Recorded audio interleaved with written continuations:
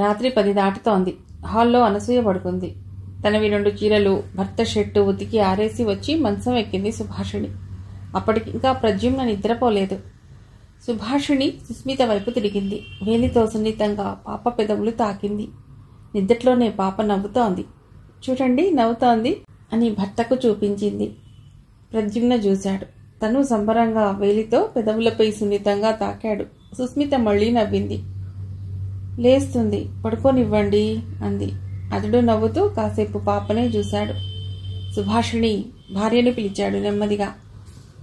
ఆమె అతడి కేసు చూసింది. ఏం లేదు, చిన్న ఆబ్లిగేషన్ అని 2 క్షణాలు ఆగాడు. మీ ఆఫీస్లో రామరెడ్డి గారని ఆయనకు సంబంధించిన ఫైల్ ఒకటి పెండింగ్లో ఉండిపోయింది. అది కొంచెం త్వరగా క్లియర్ అయ్యేట్టు చూడు. మా కొలీగ్ ఆయన బంధువు అన్నాడు. సుభాషిణి చటుక్కున అతడి మొహంలోకి చూసింది. ఏ భావము అతడి మొహంలో కనిపించలేదు. మా కొలీగ్ అడిగాడు. బాగుండదుగా? మళ్ళీ అతనే అన్నాడు. నాకు సరిగ్గా గుర్తులేదు. బహుశా 2-3 కొర్రీస్ వేశారు. ఆ ఫైలే అనుకుంటాను అంది. అవునుట చెప్పాడు. ఎవరు? మీ కొలీగా రామరెడ్డా? నా కొలీగ్ అతడి నా దగ్గర తీసుకొచ్చాడు. సుభాషిణి ఏం సమాధానం చెప్పలేదు. రామరెడ్డి దగ్గర ఎంతో కొంత లంచానికి సెటిల్ చేసి ఉంటాడనుకుందామే. రేపు మీ ఆఫీసుకి పంపిస్తాను, కొంచెం చూడు అనేసి చెప్పడం అయిపోయిందన్నట్లు అటు తిరిగి పడుకున్నాడు. రేపు మీ ఆఫీస్కు పంపనా అని అడిగితే అదో తీరు. పంపిస్తాను అంటే అతడే నిర్ణయం చేసి ఇలా చెయ్యి అని చెప్పటం అన్నమాట. తన సంగతి అతడికి బాగా తెలుసు. తెలిసి ఉండి అతడు ఇలా చెప్పటంతో చాలా కోపం వచ్చింది ఆమెకు. కానీ పైకి ఏమీ అనలేదు. తనకిష్టం లేని పని తన చేత చేయిస్తున్నందుకు బాధగానూ అనిపించింది ఆమెకు. కానీ ఒకసారి అతడు చెప్పినట్లు చేస్తే అది అలవాటుగా మారిపోతుంది. అది ఆమెకు ఎంత మాత్రం ఇష్టం లేదు. ఏం చేయాలో ఆమెకు తోచలేదు. తనకు ఇలాంటి వ్యవహారాలు సుతరాము నచ్చవు. నా వల్ల కాదు అని చెప్పేయటమా? చెబితే అది ఘర్షణకి దారితీస్తుందని అనుకుందామే. ఎటూ నిశ్చయించుకోలేకపోయింది. మరునాటి ఉదయం మళ్లీ ఆ విషయం ప్రస్తావిస్తాడేమో అనుకుంది. కానీ అతడేమీ మాట్లాడలేదు. ఆమె ఆఫీసుకు వెళ్లిన 1.5 గంటలకు వచ్చాడు రామరెడ్డి. తెల్ల ప్యాంటు, కద్దరు చొక్కా, నుత్తి మీద 2 కనుబొమ్మల మధ్య కుంకుమ బొట్టు, 3 వేళ్లకి 3 రకాల రాళ్లతో ఉంగరాలు, మెడలో సన్నటి రుద్రాక్షమాల ఉన్నాయి. భౌతికంగా కనిపించే ఆ పవిత్రత అతడి మనసులో లేనట్లు అతడి కళ్ళు చెబుతున్నాయి. చామన ఛాయ రంగు, చాలా వినయంగా సుభాషిణి సీట్ ఎదురుగా ఉన్న కుర్చీలో కూర్చున్నాడు. అతడి ఫైల్ తీసిందామె. 3 చోట్ల 3 కొర్రీస్ వేసున్నాయి. నిజానికి అవేమంత పెద్ద సమస్యలు కావు. ఆ సంగతి ఆమెకు తెలుసు. అందుకు సంబంధించిన ఎక్స్ప్లెనేషన్స్ వగేరా నోట్ పుటప్ చేసి ఓ 2 గంటలు పోయాక ఆ ఫైల్ ఆఫీసర్కి పంపించింది. అతన్ని సాయంత్రం రమ్మని చెప్పింది. రామరెడ్డి ఆనందంగా 1కి 3 సార్లు నమస్కారాలు పెట్టి వెళ్ళాడు. మేడం గారి ప్రాపర్ ఛానల్ రిమోట్ కంట్రోల్ తెలిసిపోయింది కనుక మనసులోనే మరీ సంతోషించాడు. అతడు వెళ్ళాక తను చేసింది తప్ప రైటా అని పరిపరి విధాలా ఆలోచించి ఆమె బుర్ర వేడెక్కిపోయింది. ఆఫీస్ నుంచి బయటపడి హడావిడిగా కాఫీ తాగి పరుగున వెళ్లి బస్ ఎక్కింది. పగలల్లా చంటి పిల్లను వదిలి రావటం ఆమెకు బాధగానే ఉంది. పదే ఆ బోసి నవ్వులు ఆమె కళ్ళలో మెదులుతూనే ఉన్నాయి. కానీ తప్పదు. ఇంటికి రాగానే బాత్రూంకి వెళ్లి కాళ్ళు గడుక్కునొచ్చి సుస్మితను అందుకుని గుండెలకు హత్తుకుంది. ఈలోగా అనసూయ కాఫీ తెచ్చి ఇస్తుంది. రాత్రి మామూలుగా 8 గంటలు దాటాక వచ్చాడు ప్రద్యుమ్న. వస్తూ స్వీట్ ప్యాకెట్ కూడా తెచ్చాడు. భోజనాలు అయ్యాక అత్తగారు నిద్రపోయాక ప్యాంటు జేబులోంచి 20 రూపాయల 100 కట్ట తీసి ఆమెకిచ్చాడు. రామరెడ్డి ఇచ్చాడు. ఇది ఆ స్వీట్ ప్యాకెట్టును సంబరంగా అన్నాడు ప్రద్యుమ్న. చటుక్కున ఆ డబ్బు విసిరేయాలనిపించింది. కానీ తమాయించుకుంది. నెమ్మదిగా మనసు మీద పెట్టింది మాట్లాడకుండా. తను నైతికంగా పతనం అవ్వటం తన భర్తకి ఆనందంగా ఉంది. ఎంత విచిత్రం అనుకుంది. ఆ డబ్బు ఫలానా అని తెలిసాక ఆమెకు తేళ్లు జర్రులు పాకినట్లు అనిపించింది. ఉద్యోగంలో తొలిసారిగా ఆమె పతనం అయింది. ఆ డబ్బు అతనేం చేసుకుంటాడో అతడిష్టం. మనసు మీద వాలి నుత్రి మీద చెయ్యి వేసుకుని కళ్ళు మూసుకుంది. ఆమెను ఇక మాట్లాడించాలని అనుకోలేదు ప్రద్యుమ్న. 2 రోజులు పోతే ఆమె సర్దుకుంటుంది లెమ్మనుకున్నాడు.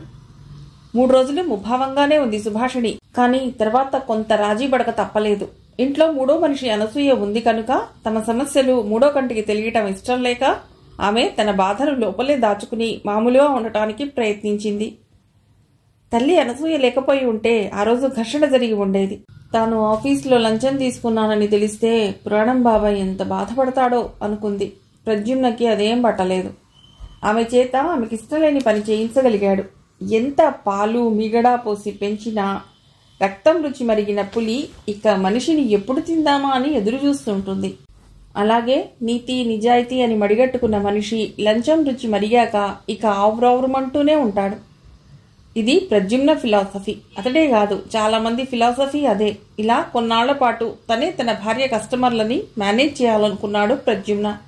నిజానికి రామరెడ్డి అతడి కొలీగ్ బంధువు కాదు. ఒక క్యాంటీన్లో ఎవరితోనో తన బాధ అంటే ఇద్దామంటే లంచం పుచ్చుకోక కొర్రీలతో ఫైల్ పక్కన పెట్టేసిన సుభాషిణి అన్న మనిషి గురించి తన ఫ్రెండ్తో చెప్పి బాధపడిపోతున్న రామరెడ్డి మాటలు విన్నాడు ప్రద్యుమ్న.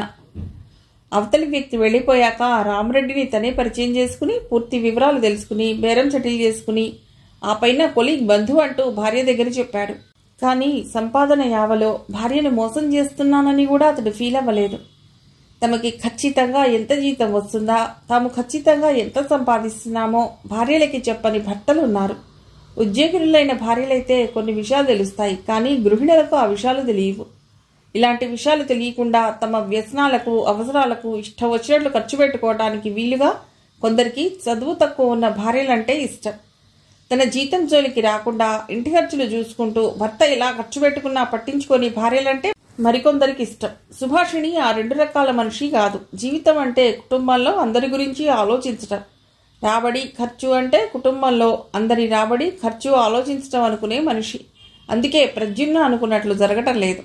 ఓ 5-6 ఏళ్లు పిల్లల్ని కనకుండా సాధ్యమైనంత తక్కువ అద్దె ఇంట్లో ఉండి సాధ్యమైనంత ఖర్చులు తగ్గించుకుని పార్ట్ టైం ఉద్యోగం చేస్తూ ఆఫీస్లో అడపాదడపా వీలైన మేరకు పైరాబడి తెచ్చుకుంటూ గట్టిగా ప్రయత్నిస్తే నెలకి కనీసం 20,000 పైనే పొదుపు చేయవచ్చునని లెక్కలేశాడు. ఇప్పుడు ఆ లెక్కలు తారుమారయ్యాయి. ఖర్చులు పెరిగాయి. అతడికి అసహనంగా ఉంది. ఈ పరిస్థితుల్లో సుభాషిణి అయిష్టంగానే అయినా పైరాబడికి ప్రయత్నించడం అతడికి కొంత ఊరటగా అనిపించింది. ఒక్కసారి అతడు సింహావలోకనం చేసుకున్నాడు. ఉద్యోగంలో చేరిన దగ్గర నుండి కూడబట్టిన సొమ్ము 3 లక్షలు దాటింది. దాని మీద 3 రూపాయలకు వడ్డీగా వస్తున్న సొమ్ము మళ్లీ అప్పులకిస్తూ పెంచుతున్నదే గాని ₹1 అందులో ముట్టుకోవడం లేదు. తన లక్ష్యం ఇంకా చాలా దూరం ఉంది. 50 లక్షలు. కనీసం 10 ఏళ్లలోపు ఆ గోల్ చేరుకోవాలనుకున్నాడు ప్రద్యుమ్న. ఎంతగా ఖర్చులు తగ్గించి పైరాబడిని కూడబెట్టాలని అతడు అనుకుంటున్నాడో పరిస్థితులు అందుకు వ్యతిరేకంగా జరుగుతున్నాయి. సంక్రాంతి సెలవులకు అతడి చెల్లెలు పంకజం, భర్త, పిల్లలు వచ్చారు. తను రమ్మని పిలవలేదు. సుభాషిణి పిలిచిందేమోనని ఆమెను అడిగాడు. నేను పిలవలేదు, ఆమెకు మీరన్నగారు సరదాగా 4 రోజులు ఉండి పెడదాం అనుకుంది అనేసింది సుభాషిణి. వాళ్ళు ఉన్నది 4 రోజులే. పంకజం ఎంత గడుసుపిండమో, పిల్లలు అంతే గడుగ్గాయలు. మామయ్య అది కొను ఇది కొను అంటూ అతన్ని ఊపిరి సలుపుకోనివ్వలేదు. వాళ్ళు అలా అడుగుతుంటే పంకజం భర్త నవ్వుతూ చూస్తుండేవాడు తప్ప తప్పు అని పిల్లల్ని మందలించేవాడు కాదు. ప్లేట్ నిండా టిఫిన్ తినటం, కంచం నిండా అన్నం తినటం, ఎక్కడికైనా తీసుకెడితే దర్జాగా ఆటోలో కూర్చోవటం. ఇది పంకజం భర్త ధోరణి. ఉన్న 4 రోజులు పంకజం బాగానే ఖర్చు పెట్టించింది అన్నగారి చేత. బస్లో ఎందుకురా బాబు, ఆటోలో పడదాం అంటూ టక్కున ఆటో ఎక్కి కూర్చునేది పంకజం. ఏమీ అనలేక విధిలేక బయలుదేరేవాడు ప్రద్యుమ్న. పంకజం భర్త మాత్రం జేబులో చేయి పెట్టేవాడు కాదు. ఏమైనా తింటే చేయి తుడుచుకోవటానికి జేబురుమాలు కోసం తప్ప. వాళ్ళు వెళ్లే ముందు ఆడపడుచు పంకజానికి చీర పెడదామన్నది భర్తతో సుభాషిణి. ఎందుకు? అక్కర్లేదు, బోలెడంత ఖర్చు పెట్టా అన్నాడు ప్రద్యుమ్న. అవును, ఖర్చు పెట్టారు, కానీ తొలిసారిగా మన పెళ్ళయ్యాక మన ఇంటికి వచ్చింది, చీర పెట్టి పంపడం మర్యాద అంది. ఏం వద్దు అన్నాడు. ఇక అతడిని ఒప్పించడానికి టైం లేక తన దగ్గరున్న కొత్త చీర పెట్టింది సుభాషిణి. వదినా, మొన్న చార్మినార్కు వెళ్ళటానికి కట్టుకోమని నీ చీర ఇచ్చావు చూడు, అది చాలా బాగుంది, మా ఆయనకు కూడా చాలా బాగుందిట, అది నాకు ఇచ్చేవు అని అడిగింది పంకజం సుభాషిణిని. బిత్రపోయింది సుభాషిణి. చటుక్కున అంతలోనే ఆమె తమాయించుకుంది. ఆడవాళ్లు అలా చీరలు మార్చుకోవటాలు మామూలు విషయమే, కానీ పుట్టినరోజుకు ఆ చీర ముచ్చటపడి కొనుక్కున్నది సుభాషిణి. ఇవ్వను అంటే ప్రద్యుమ్న ఏమీ అనడు, అనుకోడు కూడా. అలా అనటానికి తనకి సంస్కారం అడ్డొచ్చింది. ఏమీ మాట్లాడకుండా చీర తీసిచ్చింది. పంకజం భర్త నవ్వుతూ చూస్తున్నాడంతే. రాత్రి ట్రైన్కి వాళ్ళు వెళ్ళిపోయారు. తుఫాను వెలిసినట్లు అనిపించింది సుభాషిణికి. ఈ 4 రోజులు ఆయన ఖర్చు తలుచుకుని ప్రద్యుమ్న 4 రోజులు గడ్డం కూడా గీసుకోలేదు. ఏమిటా ఆకారం? వ్యాపారంలో లక్షలు పోయినట్లు. ముందు షేవ్ చేసుకోండి బాబు అంది సుభాషిణి. 3 నెలలు గడిచిపోయాయి. సుస్మిత పాకుతోంది మెల్లిగా. బోసి నవ్వులు. కావలసినంత సందడిగా ఉంది ఇంట్లో. సుస్మితనెత్తుకుని అటు ఇటు తిప్పుతున్నాడు ప్రద్యుమ్న. అతడిలో ఈ రకమైన మార్పు ఆమెకు సంతోషంగానే అనిపిస్తోంది. అలాగని డబ్బు విషయంలో అతడి తపన ఏమీ తగ్గలేదు. ఆఫీస్లో పైసా చేతిలో పెట్టందే ఏ పని చేయటం లేదు. ఆఫీసర్ని కూడా బాగా బుట్టలో వేసుకోగలిగాడు. రూపాయి వచ్చే కేసైతే ప్రద్యుమ్నకే అప్పచెప్తున్నాడు ఆఫీసర్. ఇలా లేదన్నా ప్రతి నెల 15-20 వేలు పై సంపాదన వస్తుంది ప్రద్యుమ్నకి. భార్య ఆఫీస్లో పనులు చేసి పెట్టడానికి రామరెడ్డి లాంటి వాళ్ల కోసం చూస్తూనే ఉన్నాడు. ఓ రోజు కూతురు సుస్మితకు పాల డబ్బా కొనుక్కురమ్మని ప్రద్యుమ్నకి చెప్పింది సుభాషిణి. అవును, నువ్వు పాలిస్తున్నావు కదా, మళ్ళీ ఇదెందుకు అన్నాడు ప్రద్యుమ్న. ఏడ్చినట్లే ఉంది. ఇన్నాళ్ళు మీకు అర్థం కాలేదా? నేను ఇంటి దగ్గర ఉన్నప్పుడు పాలిస్తాను, ఆఫీస్కి వెళ్ళినప్పుడు ఎలా? అన్నప్రాసన చేసినా కొన్నాళ్ళు లైట్గానే పెట్టాలి చెప్పిందామె. మామూలు పాలు పట్టవచ్చుగా అన్నాడు. కూడదు, బిడ్డకి ఏ పాలు అలవాటు చేశామో అవే పట్టాలి. మార్చామంటే మోషన్స్ అవుతాయి, పడవు. అప్పుడు ఆసుపత్రి చుట్టూ తిరగాలి. అతడేం మాట్లాడలేదు. మామూలు పాలే అలవాటు చేయవచ్చు కదా అనుకున్నాడు మనసులో. షాప్కు వెళ్ళి పాల డబ్బా తెచ్చాడు. ఇది తెచ్చారేమిటి? భార్య ప్రశ్న అర్థం కాలేదు అతడికి. పాల డబ్బానే కదా. పాల డబ్బానే, కానీ మనం సుస్మితకి పెట్టేది ఇది కాదు. ఏదైతేనే దానికన్నా ఇది 15 రూపాయల ధర తక్కువ. అబ్బా, ఇక్కడ కూడా మీ పొదుపేనా? సుస్మితకి వాడేది ఇది కాదు అని విసుక్కుని ఏది తేవాలో వివరంగా చెప్పి అయిపోయిన పాల డబ్బా చూపించింది సుభాషిణి. తక్కువ రేటు ఉన్నది అలవాటు చేయవచ్చు కదా అని లోపల విసుక్కుంటూ వెళ్ళి భార్య చెప్పిన డబ్బా తీసుకొచ్చాడు. అల్లుడు ఎదుటబడి ఏమీ మాట్లాడకపోయినా అతడి ధోరణి అనసూయకి బాగా అర్థమైంది. కూతురు కష్టపడిపోతోందని కాదు గాని పగలు ఉద్యోగానికి వెళ్లి రావటం, ఆ తర్వాత చంటిబిడ్డతో అవస్థపడటం చూసి అనసూయ కొంచెం బాధపడింది. పని మనిషి ఎందుకు అనిపించావే అని అడిగితే ఇద్దరమే కదా, పెద్ద అవసరం అనిపించలేదమ్మా అని సమాధానం చెప్పింది. కూతురు చెప్పిన సమాధానం అంత సంతృప్తిగా అనిపించలేదు. అలాగని ఆ విషయం తర్కించనూ లేదు. కానీ కూతురు పడుతున్న హైరానా చూస్తుంటే మాత్రం కొంచెం బాధగానే అనిపించింది. ఇప్పుడు తను సాయంగా ఉంది, కానీ ఎన్నాళ్ళుంటుంది తను? సుస్మితను ఎల్కేజీలో చేర్చి వాళ్ల ఏర్పాట్లు వాళ్ళు చేసుకుంటే తను వెళ్ళక తప్పదు కొడుకు దగ్గరకు. అప్పుడు సుభాషిణి మరీ ఇబ్బంది పడుతుంది అని బాధపడిందామె. అలాగని వాళ్ల విషయంలో తాను జోక్యం చేసుకోకూడదనే అనుకుంది. అంతేకాదు, ఇంటి వాతావరణం కూడా ఆమెకు సంతృప్తిగా అనిపించలేదు. అల్లుడు ప్రద్యుమ్న మితభాషి. ఇప్పుడు కూతురు కూడా అలాగే తయారైనట్లుగా అనిపించింది ఆమెకు. సుస్మిత లేకపోతే 4 రోజులు కూడా అక్కడ ఉండలేనేమో అనిపించింది. తను సుభాషిణి ఇద్దరే ఉన్నప్పుడు కూడా అంత బోర్గా ఎప్పుడూ భావించలేదామె. కొడుకు రఘు ఇంట్లో ఉంటే ఎప్పుడూ సందడే. రఘు సందడైన మనిషి, పిల్లలు సరే. కానీ సుభాషిణి సంసారంలోనే ఏదో అర్థం కాని అపశృతి స్ఫురిస్తోంది ఆమెకు. అదంతా తన భ్రమేనేమోనని అనుకుంది. అప్పుడే ఆమె వచ్చి 3 నెలలు గడిచిపోయాయి.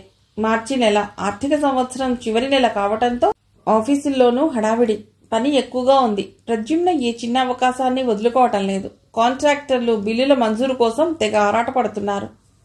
ఆ హడావిడిలో ఉండగానే ప్రద్యుమ్న దగ్గరికి రామరెడ్డి వచ్చాడు. అతడికి తనతో తీసుకొచ్చిన శంకర్ గౌడ్ అనే వ్యక్తిని పరిచయం చేశాడు. మా వాడి ఫైల్ మేడం గారి టేబుల్ మీదనే ఉంది సార్ అన్నాడు. ప్రద్యుమ్నకి పరిస్థితి అర్థమైంది. రామరెడ్డిని, శంకర్ గౌడ్ని ఓ అరగంట కూర్చోబెట్టాడు బిజీగా ఉన్నట్లు. తర్వాత గౌడ్ని అడిగి పని వివరంగా తెలుసుకున్నాడు. భార్య సుభాషిడికి ఫోన్ చేశాడు. శంకర్ గౌడ్ పని గురించి చెప్పి చేసిపెట్టు అని మరో మాటకు అవకాశం ఇవ్వకుండా ఫోన్ పెట్టేశాడు. కూడదు, చెయ్యను అని నోటిదాకా వచ్చిన మాటల్ని పెదవుల మధ్య నొక్కి పెట్టేసింది. ఫోన్లో అతడితో వాదించడం మంచిది కాదు, 10 మంది వింటారు. తనను అలా ఇరకాటంలో పెట్టడానికే భర్త ఫోన్ చేసి చెప్పాడని అర్థమైంది ఆమెకు. ఏం చేయాలో తోచక సీట్లో కూర్చుని కణతలు నొక్కుకుంటున్న సుభాషిణిని పిలిచింది వనజ. రావే, క్యాంటీన్కి వెడదామని. బోర్గా ఉంది, కాఫీ తాగుదాం అంటూ సీట్లోంచి లేచింది. క్యాంటీన్లో కాఫీ కప్పులు తీసుకుని టేబుల్ దగ్గర కూర్చున్నారు ఇద్దరు. ఫైనాన్షియల్ ఇయర్ ఎండింగ్ కాదు గాని మన ప్రాణానికి వచ్చిందే. ఇదివరలో ఫైల్ పంపించి చూడవయ్యా అంటే పెండింగ్లో పెట్టమన్నాడు. ఇప్పుడు అవన్నీ క్లియర్ అయిపోవాలంటాడు ఆఫీసర్. ఈ జిడ్డుగాడితో చస్తున్నాం అనుకో విసుక్కుంది వనజ. ఈ నెలలో నీ పైరాబడెంతే అడిగింది సుభాషిణి. ఎంత నా బొంద, ఇప్పటి వరకు 5-6 వేలు ఉంటాయేమో చెప్పింది వనజ. కాఫీ సిప్ చేస్తూ ఉండిపోయింది సుభాషిణి. అది సరే, సడన్గా ఇలా అడిగావు ఎందుకే? వనజ సందేహంగా అడిగింది. ఏం లేదే, హడావిడి పడుతూ విసుక్కుంటుంటే రామరెడ్డి దగ్గర తను అంటే తన భర్త ద్వారా లంచం తీసుకుంటున్న విషయం ఆనాటి నుండి ఈనాటి వరకు ఆమె ఎవ్వరికీ చెప్పలేదు. చేసిన పాపం చెబితే పోతుందంటారు. తను ఎవ్వరికీ చెప్పలేదు. పాపం కడిగేసుకునే ప్రయత్నమూ చేయలేదు.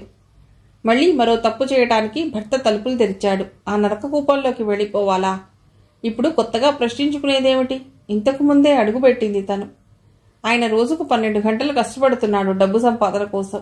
తను ఏమాత్రం సహకరిస్తోంది కనుక తను ఆయన మాదిరిగా అడ్డదారిలో నడిచి అర్థం పర్థం లేని ఆయన లక్ష్యానికి సహకరించాలా? అది సహకారం అనిపించుకుంటుందా? అవినీతికి ఆసరా అవుతుంది గాని. ఏమిటా పరధ్యానం అన్న వనజ మాటతో ఉలిక్కిపడింది సుభాషిణి.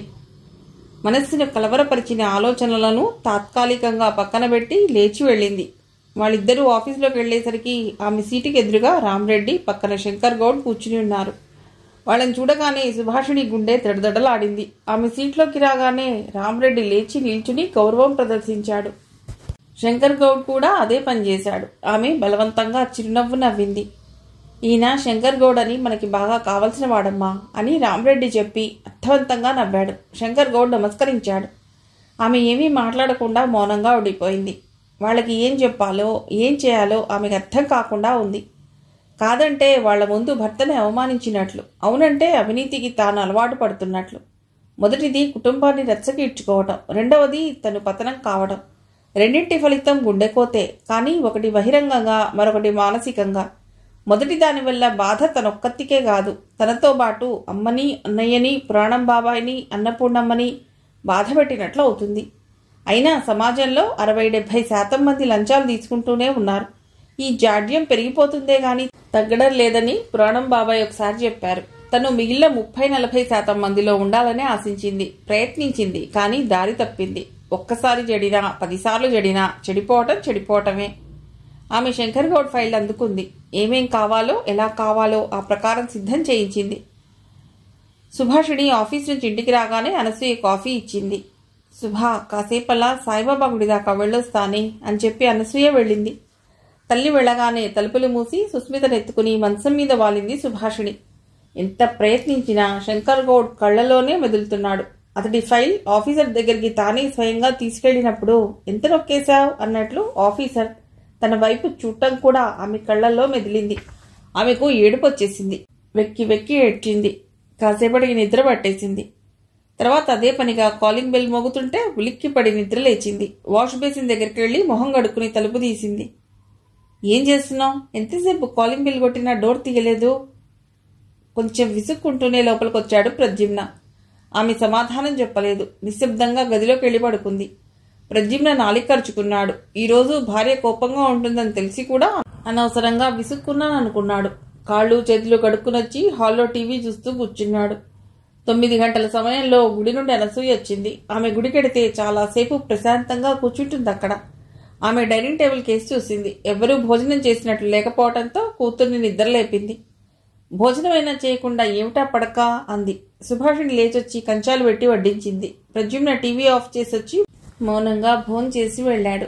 దూరం నుండి ఇద్దరిని గమనిస్తున్న అనసూయ చిన్నగా తలబాదుకుంది. ఉలుకు పలుకు లేకుండా ఏమిటి, అసలు వీళ్ళు భార్యాభర్తలేనా అనుకుంది. తినే కంచాలు తీసేసి తల్లికి వేరే కంచం పెట్టి నిశ్శబ్దంగా వెళ్ళి పడుకుంది. ఆమె భర్త వైపు కన్నెత్తి చూడలేదు, అతడితో మాట్లాడలేదు. సుస్మిత మీద చెయ్యి వేసి కళ్ళు మూసుకుంది. బెడ్లైట్ వెలుతురులో ఆమె ముఖం సరిగ్గా కనిపించటం లేదు ప్రద్యుమ్నకి. ఆమె కోపంగా ఉందన్నది అతడికి తెలుసు. గతంలోనూ ఆమె ఇలాగే కోపగించింది. 3 రోజులు బిగుసుకుపోయింది. తర్వాత సర్దుకుంది. అది మొదటిసారి, ఇప్పుడు రెండోసారి. అంత కోపం ఉండకపోవచ్చు అనుకున్నాడు. మర్నాటికో ఆమర్నాటికో సర్దుకుంటుంది అనుకున్నాడు. బట్టల స్టాండ్ మీద ఎత్తుగా ఉన్న ప్యాంటుకేసి సంతోషంగా చూసుకున్నాడు. శంకర్ గౌడ్ ఇచ్చిన కరెన్సీ బహుమానం ఉత్సాహపరుస్తోంది. మర్నాడు ఉదయం ఆమె చాలా ఆలస్యంగా నిద్రలేచింది. మెళుకువ వచ్చినా లేవాలనిపించక అలాగే పడుకుంది.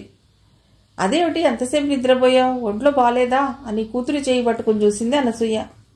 బానే ఉందమ్మా, ఏమిటో నిద్ర పట్టేసింది అంది. అప్పుడు ప్రద్యుమ్న ఏదో పుస్తకం చూస్తున్నాడు. అంత నిశ్చింతగా అలా కూర్చున్న భర్త మీద ఆమెకు చాలా కోపం వచ్చింది. మళ్లీ అలాంటి తప్పుడు పనులు తన చేత చేయించవద్దని గట్టిగా చెప్పాలనుంది. ఇంట్లో తల్లి ఉండటం వల్ల ఆమె నిన్న రాత్రి కోపాన్ని దిగమింగుకుని ఏం చేయాలో తెలియక వెక్కి వెక్కి ఏడ్చి ఆ బాధని గుండెల్లోంచి దింపుకుంది. తల్లి లేకపోయి ఉంటే భర్తని తిట్టుండేది. మళ్లీ అలాంటి పని చెయ్యను అని చెప్పి ఉండేది. ఇలాంటి తెలివితేటల్లో ప్రద్యుమ్న ఆరితేరినవాడు. అతడికి పరిస్థితులు కలిసొచ్చాయి. అలవాటు చేస్తే ఆమె సర్దుకుపోతుందన్న ధీమా అతడిది. ఇంతలో ఓ కవరు కాకరకాయ లేకుండా అతడి అన్న నరసింహం, భార్య తాయారు, పిల్లవాడు వచ్చారు. అలా ఆకస్మికంగా ఊడిపడ్డ బావగారు, తోటికోడల్ని సాదరంగానే ఆహ్వానించింది సుభాషిణి. సుస్మితను చూసి తాయారు చాలా సంబరపడిపోయింది. ఎత్తుకుని ముద్దు చేసింది. కానీ ఆమెకు అదృష్టం కలగలేదు. ఆ తర్వాత మళ్ళీ నీళ్ళోసుకునే అదృష్టం రాలేదు ఆమెకు. పోనీలే, అసలు లేకుండా ఉండే కన్నా ఒక్క నలుసునిచ్చాడా భగవంతుడు అని సరిపెట్టుకుని సంబరపడింది. ప్రద్యుమ్న అన్నగారిని వదిలను పలుకరించాడు నవ్వు మొహంతో. వాళ్ళ కొడుకు అచ్యుత్ని ఏం చదువుతున్నావురా అని అడిగాడు. వాడు చదివేది 4th స్టాండర్డే, కానీ వాడి మాటలతో 10th క్లాస్ కుర్రవాడు సరిపోడు. అత్త సుభాషిణి ఇచ్చిన పాలు తాగగానే వాడు రిమోట్ అందుకుని టీవీ మీద పడ్డాడు. అటు ఇటు ఛానళ్లు మారుస్తున్నాడు. వాడి ధోరణి చూసి ప్రద్యుమ్న కంగారు పడిపోయాడు. టీవీ ఎక్కడ చెడగొట్టేస్తాడోనని. ఇటు తల్లి గాని అటు తండ్రి గాని వాడినేం మందలించలేదు. ఎప్పుడూ ఎక్కడికి తీసుకెళ్లరని మీ వదిన ఊరికే గొడవ చేస్తోందని ఇలా వచ్చాన్రా. సెలవులు గడిపినట్లు ఉంటుంది, మన రాష్ట్ర రాజధానిలో అన్నీ చూసినట్లు ఉంటుందని వచ్చాం. ఇక నీ ఇష్టం, ఏం చూపిస్తావో ఎక్కడికి తీసుకువెడతావో. కాఫీ గ్లాస్ కింద పెట్టి నిదానంగా అన్నాడు నరసింహం. ప్రద్యుమ్న గుండెల్లో రాయి పడింది. ఎన్నాళ్ళుంటాడో, ఎంత ఖర్చు పెట్టాలో అని గిజగిజలాడిపోయాడు.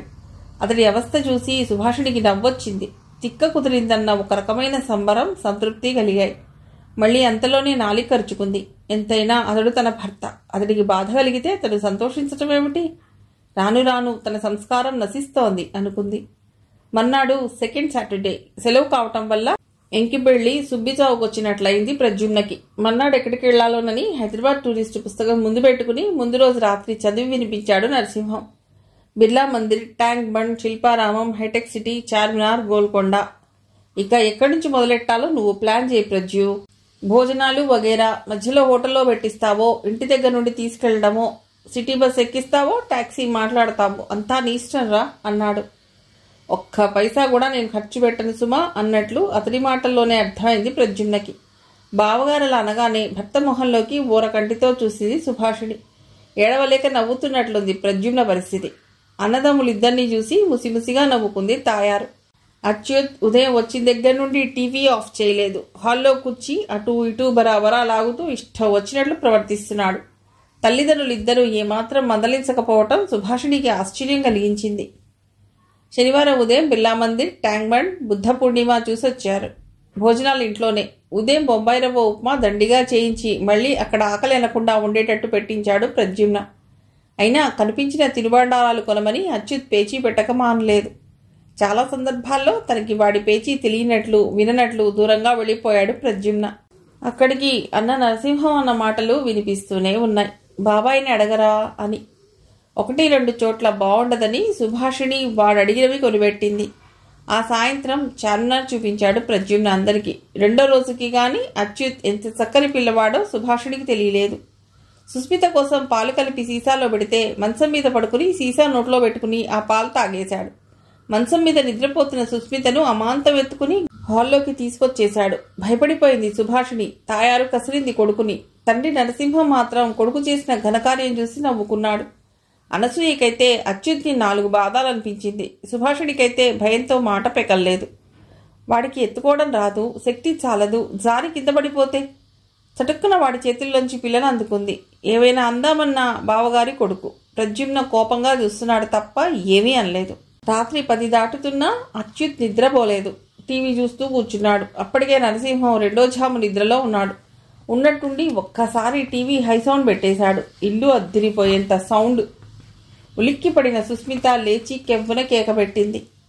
అచ్యుత్, ఏమిటది? హాల్లోకి వచ్చి వాడి గదమాయించింది సుభాషిణి. టీవీ కట్టేసి వెళ్ళి పడుకో అని గట్టిగా అంది టీవీ కట్టేసి. వాడు కుర్చీలోంచి లేవలేదు. నీకెందుకు, నేను టీవీ పెట్టుకుంటా అని టీవీ ఆన్ చేశాడు.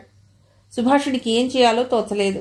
తోటికోడల్ని పిలిచి వాడి వ్యవహారం చెప్పింది. తాయారు గబగబా వచ్చి వాడి చెవి మెలిపెట్టి 2 దెబ్బలు కొట్టి తీసుకెళ్ళింది. చూడటానికైతే అన్నీ బాగానే ఉంటాయి, కానీ బస్సులకి, ఆటోలకి పొయ్యాలి. ఎక్కడ లేని డబ్బును. రేపటి నుండి మీరు ఆఫీసులకు పోవాలనుకుంటాను అంటే మళ్ళీ ఆదివారం కానీ ఎక్కడికి పోలేమన్నమాట. 6 రోజులు ఖాళీగా కూర్చోవాలి. రాత్రి భోజనాల సమయంలో నరసింహం అన్నాడు. సుభాషిణి కంగారు పడింది. తామిద్దరూ ఆఫీసులకు వెళ్ళిపోతే చంటిదాన్ని పెట్టుకుని తల్లి ఒక్కత్తి ఆ అల్లరి అచ్యుత్తో ఉండటం అంటే ఆమె భయపడిపోయింది. నరసింహం మాటలు విన్న అనసూయ కూడా అలాగే భయపడింది. ప్రద్యుమ్నకి ఆ భయం కన్నా అన్నగారి కుటుంబం ఇంకా ఎంతకాలం ఉంటుందో, ఎంత ఖర్చు పెట్టాలో అని లోపల గిలగిలలాడిపోయాడు. పోనీ ఓ పని చేద్దాన్రా అని నరసింహం అనటంతో ఆతృతగా అతడి వైపు చూశారు ప్రద్యుమ్న, సుభాషిణి. చిక్కడపల్లిలో తాయారు బాబాయ్ గారు అబ్బాయి ఉన్నాడు. అతను మా ఇంటికి వచ్చినప్పుడల్లా చెప్తున్నాడు, మా ఇంటికి రండి, హైదరాబాద్లో 4 చూద్దురు అని. ఎలాగూ వచ్చాం కదా, అక్కడ 2 రోజులు ఉంటే అతడు సంబరపడతాడు. ఏం తాయారు, ఏమంటావు అని అడిగాడు నరసింహం. అలాగే అన్నట్లు తలూపింది తాయారు. ఎవరింటికైనా వెళ్ళటం అంటే పరువు తీసుకోవటమే అని ఆమె అనుకుంటుంది. అంచేత రేపు ఉదయం అలా వెళ్తాన్రా. 2 రోజులుండి బుధవారం ఇటు వస్తాం. శుక్రవారం శనివారం మీరు సెలవు పెడితే. నాకు కుదరదు బావగారు, పురిటికి చాలా రోజులు పెట్టేశాను కదా టక్కున అనేసింది సుభాషిణి. 2 రోజులు సెలవంటే నాకు కుదరదురా అన్నాడు ప్రద్యుమ్న. లీవ్ ప్రాబ్లమా? పోనీ శనివారం ఒక్కరోజు నువ్వు సెలవు పెట్టరాదు నరసింహం అన్నాడు. అదే మంచిదనుకున్నాడు ప్రద్యుమ్న. మిగిలినవేవో చూపించేస్తే త్వరగా వాళ్ళు వెళ్ళిపోతారని అతడి ఆలోచన. అందుకు సరే అన్నాడు. మర్నాడు ఉదయం టిఫిన్ చేసి చిక్కడపల్లి బంధువు ఇంటికి వెళ్లారు వాళ్ళు. పెద్ద తుఫాన్ వెలిసినట్లు అనిపించింది. చూడండి, కుటుంబం అన్న తర్వాత బంధువులు రావటం పోవటం మామూలే. మీ చెల్లాయి ఫ్యామిలీ వచ్చారు. డబ్బు కొంచెం ఖర్చయి ఉండవచ్చు. వండి పెట్టడానికి నాకేం ఇబ్బంది లేదు. కానీ అచ్యుత్ చాలా ప్రమాదకరం. నిద్రపోతున్న సుస్మితను ఎత్తుకుని తీసుకొచ్చేశాడు. దానికేమైనా అయితే దానికోసం కలిపెట్టిన పాలసీసా నోట్లో పెట్టుకుని తాగేశాడు. నిన్న పొద్దున ఏం చేశాడో తెలుసా? గ్యాస్ స్టవ్లు 2 వెలిగించి పెద్దగా మంటపెట్టి చూస్తున్నాడు. సమయానికి నేను చూసా కాబట్టి సరిపోయింది, లేకపోతే ఏం జరిగి ఉండేదో. బుధవారం వాళ్ళు వస్తారు. 3 రోజులు మనం ఆఫీస్కి వెళ్ళిపోతాం. ఇంట్లో అమ్మ ఒక్కతి ఉంటుంది. వాడేం అల్లరి చేస్తాడోనని నాకు భయంగా ఉంది. ఆ రాత్రి సుభాషిణి ఆందోళన పడుతూ చెప్పింది. అచ్యుత్ అల్లరి అతడు ప్రత్యక్షంగా చూసిందే. ఏం చెప్పాలో అతడికి తోచలేదు. ఏం చేద్దాం అని అడిగాడు కాసేపు అయ్యాక. ఏం చేయాలో మీరే చెప్పండి. నాకేం తోచలేదు. 2 రోజులు టైం ఉంది. నువ్వే ఆలోచించి చెప్పు. మీ వదినికి అన్నయ్యకి చెప్పండి. అంతకు మించి మనమేం చేయలేం. అతడు అదే అనుకున్నాడు. అసలు వాళ్ళు ఎంత త్వరగా వెళ్ళిపోతే అంత మంచిదనుకున్నాడు. వెనక్కి తిరిగి లెక్క చూసుకుంటే 2000 దాకా ఖర్చయింది. ప్రద్యుమ్న గుండెలు గుబేలుమన్నాయి. అచ్యుత్ అల్లరి కన్నా అతడిని అతిగా బాధ పెడుతున్నది డబ్బు ఖర్చు. బుధవారం ఉదయానికే నరసింహం కుటుంబం దిగిపోయింది. మీరు మళ్ళీ ఆఫీస్కి వెళ్ళిపోతారని అక్కడ టిఫిన్ కూడా తినకుండా వచ్చేసామమ్మా అన్నాడు నరసింహం. అంటే టిఫిన్ పెట్టమని పరోక్షంగా చెప్పాడన్నమాట. అప్పటికప్పుడు టిఫిన్ చేసి పెట్టింది సుభాషిణి. ప్రద్యుమ్న ఏదో పని మీద కిందికి వెళ్ళాడు. నరసింహం బాల్కనీలో కూర్చుని పేపర్ చూస్తున్నాడు. అక్క, ఇలా అంటున్నానని మరోలా అనుకోకు. నేను ఆఫీస్కి వెళ్ళిపోతాను. ఇంట్లో అమ్మ ఒక్కతే ఉంటుంది. అచ్యుత్ మొన్న సుస్మితను ఎత్తుకుని. సారీ సుభాషిణి, ఆ రోజు నాకు చాలా కోపం వచ్చింది. నువ్వేం కంగారు పడకు. నువ్వు ఆఫీస్ నుంచి వచ్చే వరకు నేను సుస్మితను చూసుకుంటాను. నువ్వు నిశ్చింతగా ఉండు. అమ్మకి కూడా చెప్పు. సుభాషిణి చెయ్యి పట్టుకుని చెప్పింది తాయారు. దాంతో సుభాషిణి మనస్సు తేలికపడింది. భరోసా ఇచ్చినట్లుగానే ఆ 3 రోజులు సుస్మితను తాయారు చూసుకుంది. కొడుకు అచ్యుత్ని ఆ ఛాయలకు కూడా రానివ్వలేదు. ప్రద్యుమ్న శనివారం సెలవు పెట్టి ఆ 2 రోజులు మిగిలిన ప్రదేశాలు చూపించాడు. మళ్లీ లెక్క చూసుకుంటే మరో 1800 అయింది. అతడికి గుండె ఆగినంత పని అయింది. మొత్తానికి రాజధానిలో అన్నీ చూసేశామోయ్. మా తమ్ముడు మరదలు సాయంతో 4 రోజులు రెస్ట్ తీసుకుందామా రాత్రి అన్నాడు నరసింహం తాయారుతో. ప్రద్యుమ్న గుండెల్లో రాయిపడింది. వచ్చి 10 రోజులయ్యింది. 4000 దాకా అయిపోయిందని గిలగిలలాడిపోతున్నాడు. సంక్రాంతికి చెల్లెలు పంకజం, వేసవికి అన్నయ్య నరసింహం దెబ్బ మీద దెబ్బ కొట్టేస్తారని. ఏదో చెయ్యాలి, వీళ్ళని పంపించేయాలనుకున్నాడు. సోమవారం మేం జనగాం వెళ్లాలన్నయ్యా. మా ఫ్యామిలీ ఫ్రెండ్ పెళ్లి. ఇంటిల్లిపాది వస్తే గాని వల్ల కాదని వాడు భీష్మించి కూర్చున్నాడు. ప్రద్యుమ్న చటుక్కున నేశాడు. పెళ్ళెప్పుడురా నరసింహం అడిగాడు. అదే మంగళవారం రాత్రి. అదయ్యాక బుధవారం అట్నుంచటి వరంగల్ వెళ్ళాలి. అక్కడ సుభాషిణి కొలి కూతురు పెళ్ళింది. వాళ్ళకి సుభాషిణి ఫ్యామిలీ ఫ్రెండ్. భర్త చెబుతున్నది విని సుభాషిణి ముందు ఆశ్చర్యపోయింది. తర్వాత అతడు కథ అల్లుతున్నాడని అర్థమైంది. మరిది పడుతున్న అవస్థ తాయారుకు బాగానే అర్థమైంది. మరిప్పుడేం చేద్దామో ఈ తాయారు? పోనీ మనము వాళ్లతో వెళ్ళి అట్నుంచటు 1000 స్తంభాల మండపం గట్రా వరంగల్లో చూసొద్దామేమిటి? నరసింహం భార్యని అడిగాడు. ఏడ్చినట్లుంది. వాళ్ళెక్కడికో పెళ్లి కంటుంటే మనం ఎందుకు? చాలా చూసాం కదా. ఇక రేపు ఉదయం ట్రైన్కి మన ఊరెడదాం చెప్పింది తాయారు. ఉదయం ట్రైన్ 6 గంటలకి, మళ్ళీ 9 గంటలకి ప్రద్యుమ్న చటుక్కున నేశాడు. నరసింహం బుర్రగోక్కుంటూ కాసేపు మౌనంగా ఉండిపోయాడు. సరేనోయ్, పొద్దున్న 6 గంటల ట్రైన్కి పెడదాం అన్నాడు. ఊపిరి పీల్చుకున్నాడు ప్రద్యుమ్న. సుభాషిణి గదిలోకి వెళ్ళి 10 నిమిషాలు అయ్యాక తాయారుని పిలిచి బొట్టు పెట్టి కొత్త చీర చేతిలో పెట్టింది. ఎందుకిదంతా? కొందరు చుట్టాలు వస్తున్నారంటే సంతోషంగా అనిపిస్తుంది. మరికొందరు వస్తున్నారంటే చికాగ్గా అనిపిస్తుంది. మేం 2వ టైప్ చుట్టాలం అంటున్న తోటికోడలి నోరు చప్పున మూసేసింది సుభాషిణి. ఛా, అలా అనుకోకు నొచ్చుకుంది సుభాషిణి. తెల్లవారుజామున 5 గంటలకి బయలుదేరారు నరసింహం కుటుంబం. పిల్ల చేతిలో పెట్టమని అపురూపంగా 100 రూపాయల నోటు భార్యకి ఇచ్చాడు నరసింహం. ఆమె విసుక్కుని ఆ నోటు అతడి చేతిలోనే పెట్టి అతడి చొక్కా జోబులో చేయి పెట్టి 500 రూపాయల నోటు తీసుకొచ్చి సుస్మిత చేతిలో పెడుతూ, సుస్మికి ఏదైనా కొనివ్వు అని సుభాషిణికి చెప్పింది తాయారు. యథావిధిగా రోజులు గడుస్తూనే ఉన్నాయి. బంధువులు వెళ్ళాక అప్పట్లా గడ్డం పెంచేసి దేవదాసు ఫోజు పెట్టలేదు ప్రద్యుమ్న. జరిగిపోయిన బోల్డు నష్టాన్ని ఎలా పూరించుకోవాలా అని తెగ ఆలోచిస్తున్నాడు. సుభాషిణి, మనం ఇంటి దగ్గర చీరల వ్యాపారం పెడితే ఎలా ఉంటుంది? ఓ రోజున ఉన్నట్టుండి అడిగాడు భార్యని. చీరల వ్యాపారమా? భృగుటి ముడిచింది సుభాషిణి. అవును, హోల్సేల్లో చీరలు తెచ్చి ఈ అపార్ట్మెంట్లో ఇంకా చుట్టుపక్కల వాయిదాల పద్ధతి మీద ఇద్దాం వివరించాడు. అంటే తనకి కాస్త విశ్రాంతి కూడా ఉండకూడదన్నమాట అనుకుంది. చూడండి, ఇప్పటికే ఈ అపార్ట్మెంట్లో ఒక ఆవిడ పనిచేస్తోంది, పక్క వీధిలో మరొక ఆమె అదే పని చేస్తోంది. అయినా ఉద్యోగం చంటిపిల్ల నాకెలా కుదురుతుందండి? వాళ్ళు హౌస్ వైఫ్లు చెప్పింది ఆమె. అది నిజమేననుకో అంటూ ఆలోచనలో పడ్డాడు. కూతురు పుట్టడం, చుట్టాలు రావటం, ఈ గందరగోళంలో పడి సంపాదనలో తన లక్ష్య సాధనకు వెనకబడిపోతున్నాం అనుకున్నాడు. సుభాషిణి చేసి పెట్టిన పనికి శంకర్ గౌడ్ ఇచ్చిన డబ్బు కాస్త అన్నగారి కుటుంబం వచ్చిన సందర్భంగా ఖర్చయిపోయింది. శంకర్ గౌడ్ ఎంత ఇచ్చింది సుభాషిణి అడగనూ లేదు, తను చెప్పనూ లేదు. కానీ ఆ సొమ్ము మరోలా ఖర్చయిపోయినందుకు ఉక్రోషంగా ఉంది ప్రద్యుమ్నకి. సుభా, వేసవికాలం వేడిగాలి వీస్తోంది, ఇంట్లో చంటిపిల్ల ఉంది. ఏమిటో ఈ సంవత్సరం ఎండలు మరీ ఎక్కువ అనుకుంటాను. కిటికీలకు కట్టెలైనా వెయ్యవే. సుభాషిణి ఆఫీస్కు తయారవుతుంటే అనసూయ చెప్పింది నెమ్మదిగా. విన్నారా అన్నట్లు ప్రద్యుమ్న కేసు చూసింది సుభాషిణి. తనని కాదన్నట్లు విననట్లు ఊరుకున్నాడతడు. ఇవాళ్ళో రేపో కొనుక్కొస్తానమ్మా తల్లికి చెప్పింది సుభాషిణి. ప్రద్యుమ్న కంగారు పడిపోయాడు. కట్టెళ్ళకి మళ్ళీ ఏ 1000 రూపాయలో ఖర్చు చేస్తుందని. ఎందుకు కొనడం? నువ్వు కుట్టుకోరాదు? మూలపడేసిన కాటన్ చీరలేమీ లేవా? పోనీ సిల్క్ చీరలేవైనా సరే చక్కగా అవి కట్టెళ్ళుగా కుట్టించేస్తే సరిగదా అన్నాడు. సుభాషిణి 10 నిమిషాలు కన్నార్పకుండా చూసింది. అనసూయ బుగ్గలు నొక్కుకుంది. అవును, కొనడం అంటే ఇప్పుడు ఖర్చు కదా. బెడ్షీట్లు కూడా కొనొద్దు.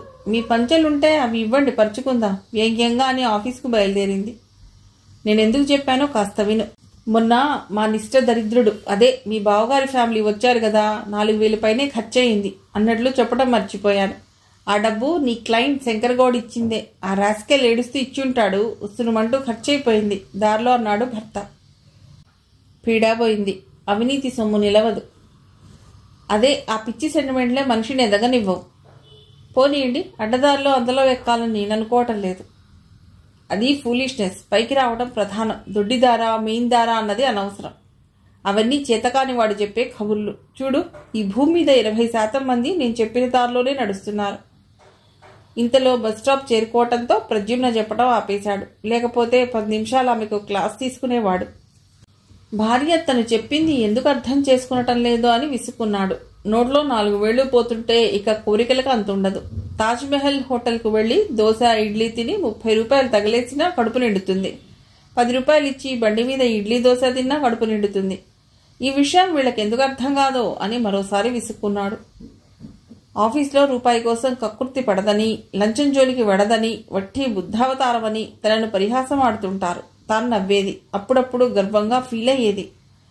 ఇప్పుడు అలా అనిపించడం లేదు. రామరెడ్డి విషయంలో, శంకర్ గౌడ్ విషయంలో తాను చేసిన పని ఈపాటికి అందరికీ తెలిసిపోయే ఉంటుందని సుభాషిణి అనుకుంటుంది.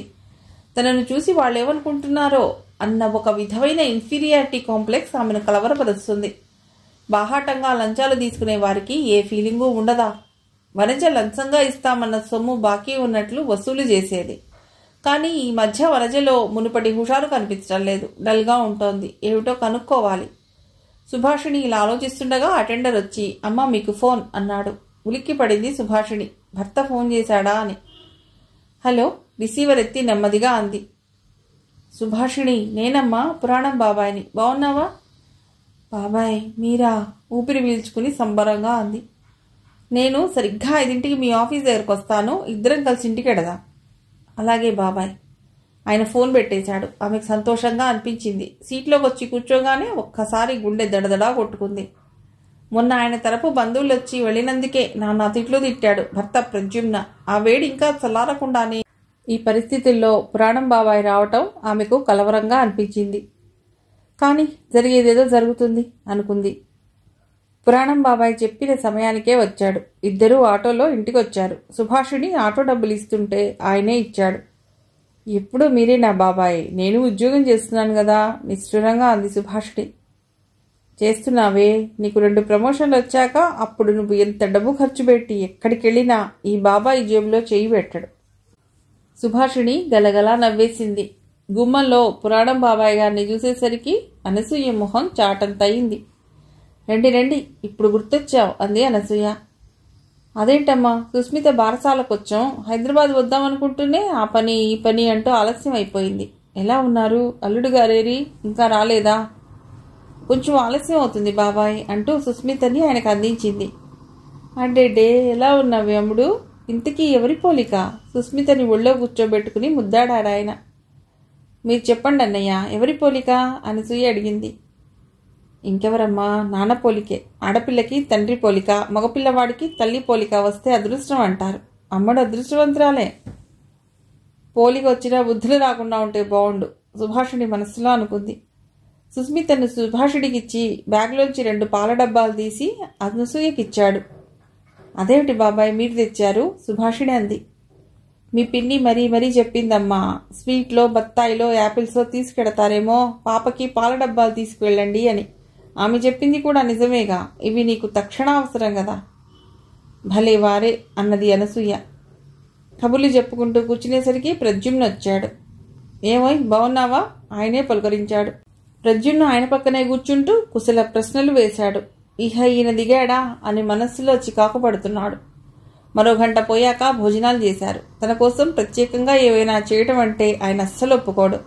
రాత్రిపూట చాలా తక్కువగా ఆహారం తీసుకుంటాడు ఆయన. ఒక్కోసారి వస్తూ ఏ చపాతీయో తనే తెచ్చుకుంటాడు. ఉదయం బయటకు వెళ్తున్నప్పుడే చెబుతాడు తాను భోజనానికి వచ్చేది రానిదీను. ఆయన మొదటి నుంచి పద్ధతైన మనిషే. రాత్రి పడుకున్నప్పుడు సుభాషిణిని అడిగాడు ప్రద్యుమ్న, ఈ పిచ్చిమాలోకం ఎన్నాళ్ళుంటాటా అని. ఎవరు? అర్థం కాక అడిగిందామె. ఇంకెవరు, మీ పురాణం బాబాయ్. సర్రున కోపం వచ్చింది సుభాషుడికి. ఇంకెప్పుడు అలా పిచ్చిబాగుడు వాక్కండి. ఆయన మా కుటుంబానికి వెల్ విషర్. ఆయన చేసే సంఘసేవ మీకు సస్తే అర్థం కాదు. సుభాషిణి ఆగ్రహానికి అతడు గాబరా పడ్డాడు. సరే ఆయన గొప్పవాడే. ఆయన గొప్పతనం గురించి మీరు సర్టిఫికెట్ ఇవ్వనక్కర్లేదు, నోరు హద్దుల్లో పెట్టుకుంటే మంచిది. అంతకుముందు కూడా ఆయన గురించి ఇలాగే అన్నారు అని మంచం మీద నుంచి లేచి కింద చాపపరిచి దుప్పటి వేసి సుస్మితను పడుకోబెట్టి తను పడుకుంది. అతను పిలుస్తున్నా వినిపించుకోలేదు. గట్టిగా పిలిస్తే బాగుండదని ఊరుకున్నాడు. తిరుమలరావు గారు 2 రోజులున్నారు. 2 రోజులకి ఆయన వంటింట్లో భోజనం చేసింది 2 పూటలే. ఆయన వెళ్లే ముందు సుభాషిణి ఒంటరిగా చూసి అడిగాడు, దొంగపడ్డ 6 నెలలకి కుక్క మరిగిందని అనుకోకపోతే ఎలా ఉందమ్మా నీ కాపురం అని. బాగానే ఉంది బాబాయ్ చెప్పింది సుభాషిణి నవ్వుతూ. కాపురం అన్నాక చిన్న చిట్టుపటలు సహజమే అనుకో, నువ్వు సర్దుకుపోయే మనిషివి నాకు తెలుసు. మీ పిన్ని వారానికి ఒక్కసారైనా నిన్ను తలుస్తుంది ఎలా ఉందో అని. మీరన్నట్లు చిన్న చిట్టుపటలు మినహా సమస్యలేం లేవు బాబాయ్. అనవసర ఖర్చు వద్దంటారు అంతే. అది మంచిదేనమ్మా. ఆ మాటకొస్తే ప్రతివాడు అంతో ఇంతో పొదుపు చేస్తేనే బాగుపడతాడు. సరే సాఫీగా సాగుతోంది జీవితం. అవును బాబాయ్ అంటూ చిన్నగా నవ్వేసిందామె. పోనీలే తల్లి అని ఆమె తల నిమిరి మళ్ళీ అన్నాడు. ఏ సమస్య వచ్చినా నాతో చెప్పడానికి సందేహించకు. సమస్యనెప్పుడు మొగ్గలోనే తుంచేయాలి. అలాగే అన్నట్లు తలూపింది. అప్రయత్నంగా ఆమె కళ్ళు చెమర్చాయి. ఆయన చూడకుండా మొహం తుడుచుకున్నట్లు కళ్ళు తుడుచుకుంది. తన సమస్య ఇప్పుడు మొక్క కాదు, చెట్టై కూర్చుంది. భర్త దృష్టిలో అది సమస్య కాదు, లక్ష్యం. ఆ లక్ష్య సాధన కోసం అతడు ఏ దారైనా తొక్కుతాడు, తనని తొక్కమంటాడు. ఈ సమస్యకు పరిష్కారం ఎప్పుడో ఎక్కడో ఆమె మనస్సు మూల్గింది. ఆయన వెళ్లిన మర్నాడు కూడా సుభాషిణి భర్తతో ముభావంగానే ఉంది. మీ ఆయనతో ఏమైనా గొడవ పడ్డావా, అలా ఉన్నావే అని తల్లి అనసూయ అడిగింది. ఏం లేదు లేవే అని విసుక్కుంది. అనసూయ ఇక్కడికి వచ్చినప్పటి నుండి చూస్తూనే ఉంది. కూతురు అల్లుడు సరదాగా మాట్లాడుకున్న సంఘటనలు చూసిందే లేదామె. ఎప్పుడు అంటీ ముట్టనట్టు మాట్లాడుకోవటమే. ఒకరోజు శంకర్ గౌడ్ ఆఫీస్కొచ్చి నేరుగా సుభాషిణి సీట్ దగ్గరికి వచ్చాడు. చిన్న సాయం చేయాలమ్మా అంటూ ఆమె ఎదురుగా ఉన్న కుర్చీలో కూర్చున్నాడు. ఏమిటన్నట్లు అతడి కేసు చూసింది. నా ఫైల్ ఒకటి పెండింగ్లో ఉంది, జర మీరు సాయం చేయాలి అన్నాడు. అది నా వల్ల కాదు, ఆఫీసర్ గారి దగ్గర ఉంది అన్నదామె. నాకు తెలుసమ్మా, సార్ గాడున్నది. సార్ని ఇంటికాడ కలిసినా మాట్లాడినా ఆ ఫైల్ మీకు పంపుతానన్నాడు సారు. నాకేం పంపలేదే.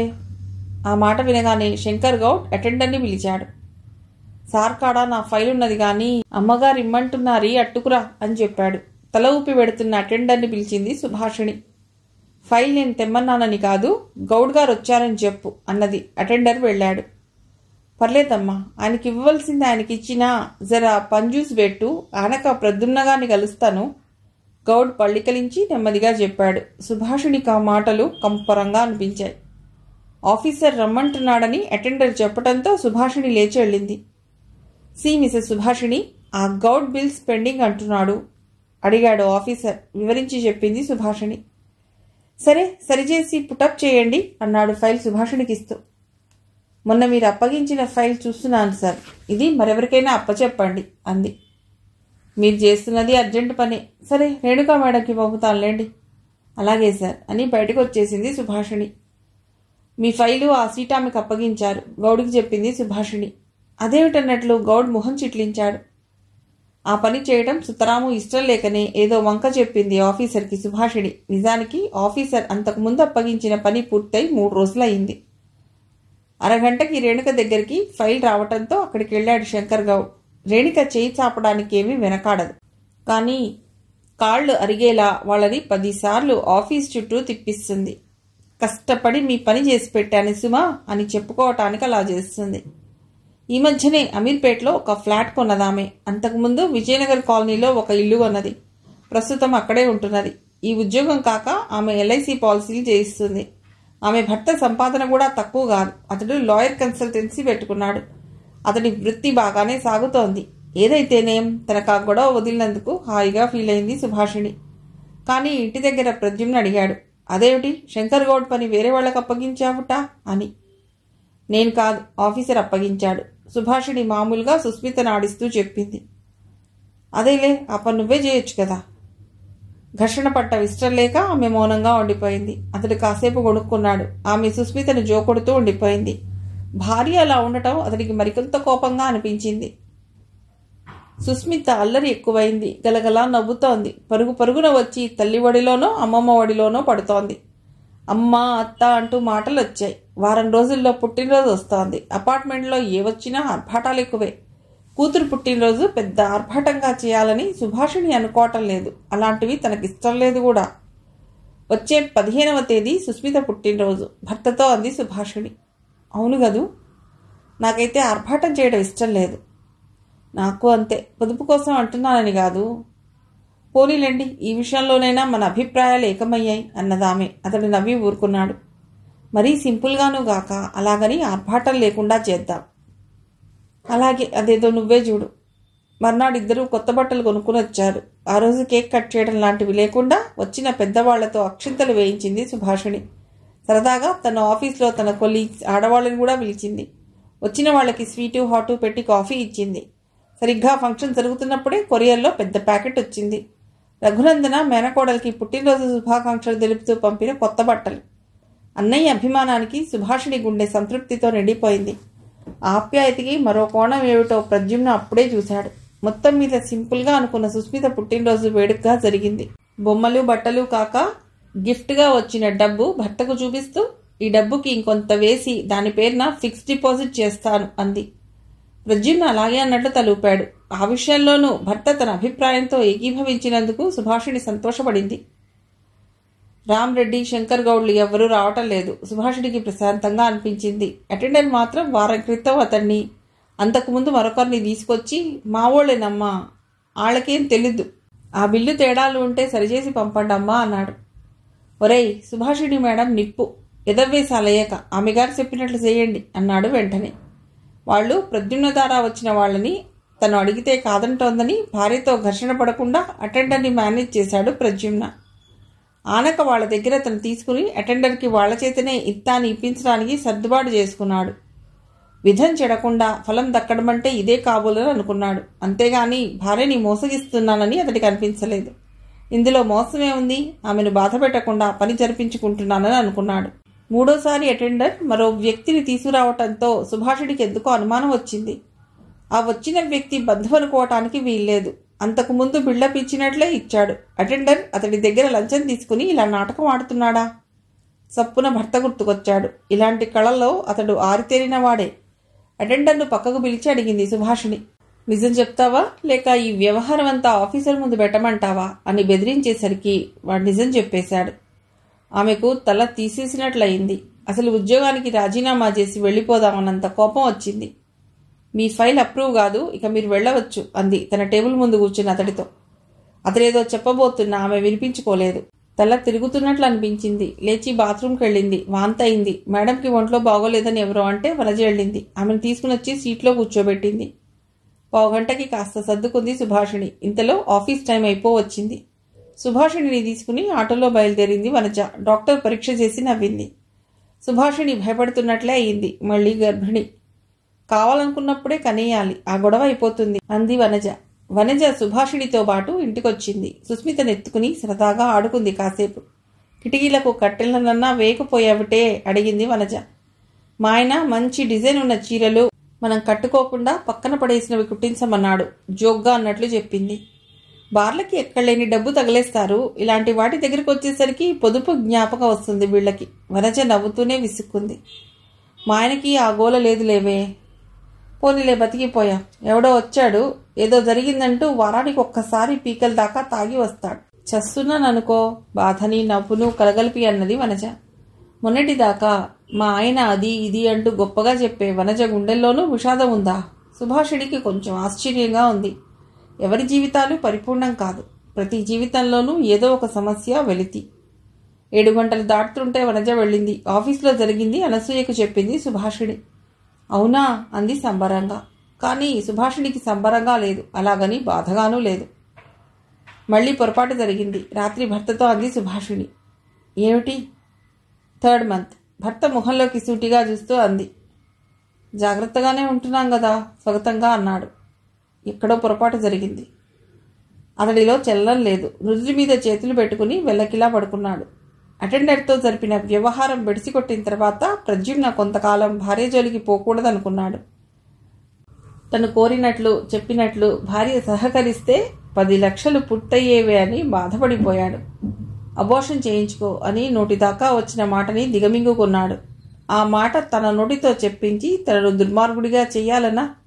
అసలు పెళ్లి చేసుకుని తప్పు చేశానేమో, కానీ భార్యని ఏమీ అనలేని పరిస్థితి. 7 నెలలు గడిచాయి. సుభాషిణి మెటర్నిటీ లీవ్ పెట్టింది. ఈసారి ఇక్కడే పురుడు పోసుకోవాలనుకుంది సుభాషిణి.